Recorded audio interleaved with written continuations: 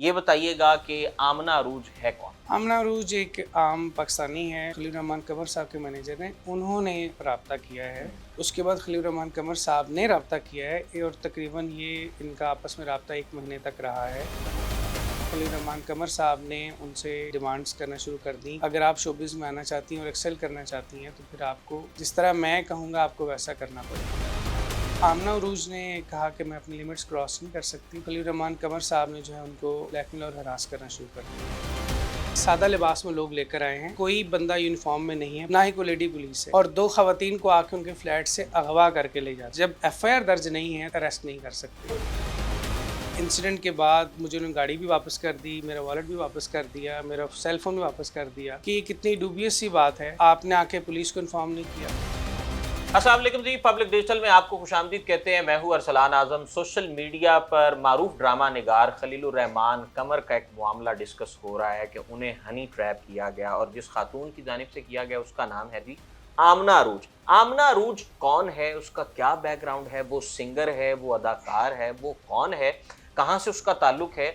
उनके वकील सैफुल्लाह बड़ाइच और हमारे साथ जो है वकास साहब मौजूद हैं, ये इस मामले को देख रहे हैं। इनसे जानते हैं कि जनाब इनकी जो साइला हैं, जो क्लाइंट हैं, वो कौन हैं और असल कहानी। आप वन साइडेड तो हमने देख लिया, सुन लिया, तो इनकी जानिब से जो है वो इन तक क्या क्या चीज़ें पहुंची हैं, किन किन जो है ये बुनियादों पर आगे ये मामले को लेकर चल रहे हैं। सैफुल्लाह साहब, ये बताइएगा कि आमना अरूज है कौन? सबसे पहले ये बताइए। आमना अरूज एक आम पाकिस्तानी है जो यहाँ पे कैरियर अपना बनाने के लिए लाहौर आई थी। गुजरावाला से इनका ताल्लुक है, तो प्रॉपर्टी का काम करती थी प्रॉपर्टी ऑफिस में, तो वहाँ पे प्रमोशन वीडियोस बनाती थी। ठीक है। तो इनसे मैनेजर जो खलील रहमान कमर साहब के मैनेजर हैं, उन्होंने रब्ता किया है। अरूज ने उनसे रब्ता नहीं किया, उन्होंने रब्ता किया कि खलील रहमान कमर साहब आपको ड्रामे में कास्ट करना चाहते हैं। तो उसके बाद खलील रहमान कमर साहब ने रब्ता किया है और तकरीबन ये इनका आपस में रब्ता 1 महीने तक रहा है। ठीक है। और जब ये रब्ता बढ़ा है तो खलील रहमान कमर साहब ने उनसे जो है डिमांड्स करना शुरू कर दी कि अगर आप शोबिज़ में आना चाहती हैं और एक्सेल करना चाहती हैं तो फिर आपको जिस तरह मैं कहूँगा आपको वैसा करना पड़ेगा। ठीक है। तो आमना अरूज ने कहा कि मैं अपनी लिमिट्स क्रॉस नहीं कर सकती, तो उन्होंने जब उनकी इन डिमांड्स को इनकार किया है तो खलील रहमान कमर साहब ने जो है उनको ब्लैकमेल और हरास करना शुरू कर दिया है, क्योंकि फीमेल थी और 4 बहनें ही हैं। तो इसलिए फिर ये बात दूसरी प्रॉपर्टी अपने जो कुलीग्स हैं, जैसे जहाँ पे भी कुलीग्स होते हैं उसके साथ बंदा डिस्कस इनका जो लाइजोन बना है, इनकी जो ताल्लुकदारी बनी, वो एक तो खलीलुर रहमान कमर साहब के बकौल आपके उनके कोई पर्सनल असिस्टेंट की वजह से बनी। ठीक है। और सेकंड आप ये जिक्र कर रहे प्रॉपर्टी का, ये प्रॉपर्टी का क्या, प्रॉपर्टी की क्या एसोसिएशन? ये प्रॉपर्टी का वहाँ पे प्रॉपर्टी काम करती हैं, वहाँ पे करती हैं। कहाँ? बहरिया टाउन में। ठीक है।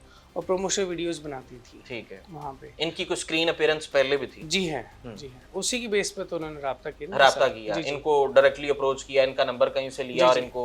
ठीक है। मैं जो बात कर रहा हूँ इसकी एविडेंस जो फ़ोन है मेरी क्लाइंट का, वो पुलिस वालों के पास है। ठीक है। उसमें सारी चैट अवेलेबल है। ठीक है। क्योंकि उसमें वीडियोस भी जिसमें खलील रहमान कमर साहब उनसे इस किस्म की डिमांड्स कर रहे हैं, उसकी वीडियो भी उसके अंदर मौजूद है। आपकी जो क्लाइंट हैं, आपकी मुलाकातें हुई उनसे? जी। आप जेल में गए, कोट लखपत, आपकी मुलाकात हुई, उससे पहले भी आपकी मुलाकात हुई, आपने इस केस को देखा, तो आपकी क्लाइंट ने आपको क्या बताया कि जनाब रात के इस पहर मैंने उन्हें दावतनामा भेजा या उन्होंने मुझे दावतनामा भेजा कि मैं आना चाहता हूँ? कैसे ये मामला? कैसे ये वही खलील रहमान कमर साहब बार बार उन्हें फोर्स कर रहे थे, जो बात मैंने की टेलीफोन पे? जी।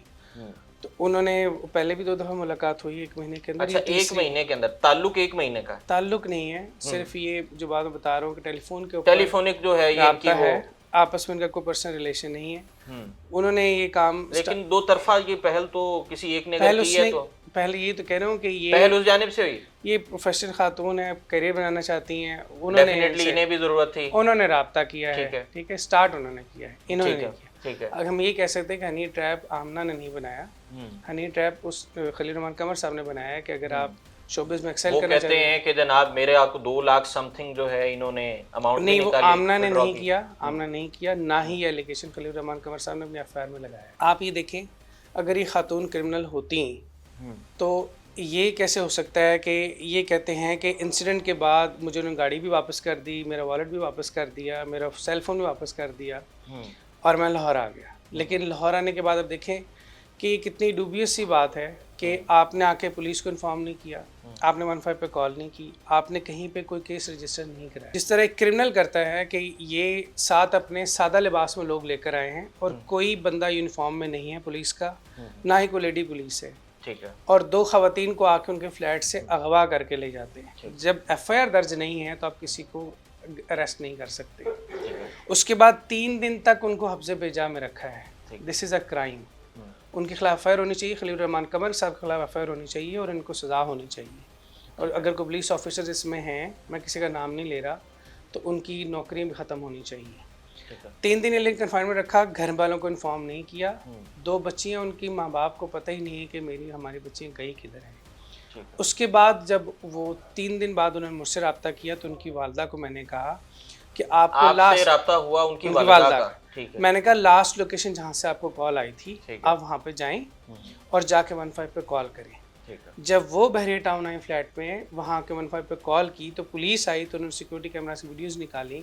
तो थाना सुंदर वाले जो ऑफिसर्स थे वो देख के परेशान हो गए कि ये तो सीआईए पुलिस के एम्प्लॉयज़ हैं जो सादा कपड़ों में हैं, जो इन बच्चियों को उठा के ले जा रहे हैं, और लेडी पुलिस भी साथ को नहीं, और एफआईआर भी दर्ज कोई नहीं है। तो वो इनको ये बात बता के कि ये सीआईए शेखपुरा वाले हैं जो आपकी बच्चियों को लेकर गए हैं, तो हमारे पास नहीं है। तो मैंने इनको कहा कि आप जाके फ़ौरन मुतलका थाने में एप्लीकेशन दें।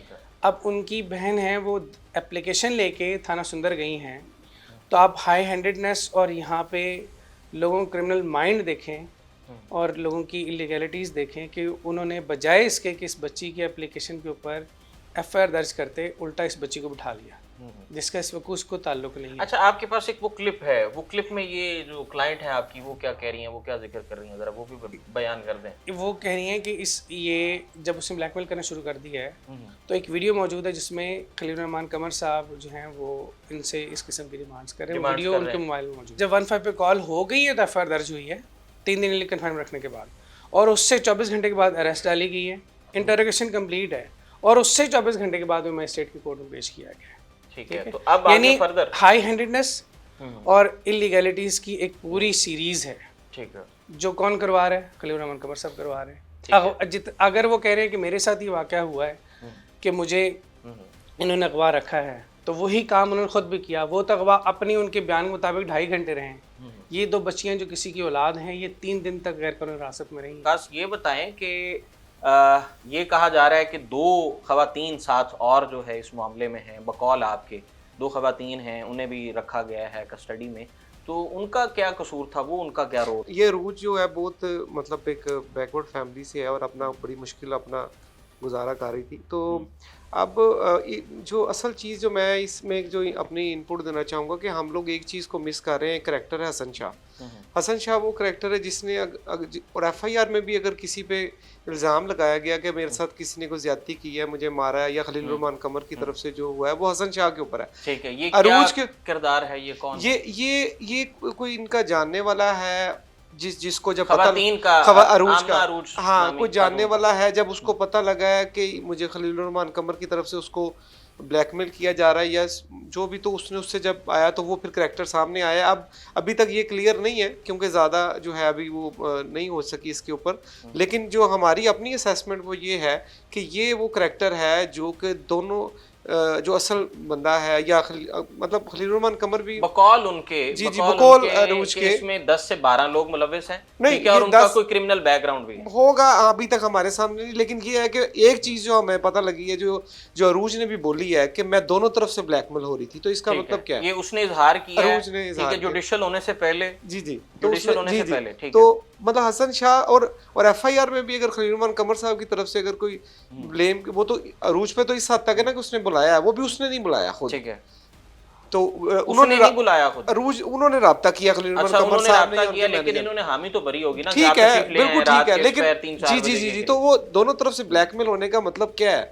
वो लड़की है, वो मिसयूज हो रही थी किसी भी वजह से, तो वो बाकी बात नया पहलू इसमें शामिल हो गया है कि वो 2 लोगों की तरफ से ब्लैकमेल आपके बकौल। हाँ, तो अगर खलील रहमान कमर साहब की तरफ से अगर किसी पे ये किया गया कि जो उनको अगवा किया गया, मारा गया या कुछ किया गया, तो वो उस हसन शाह ने किया है।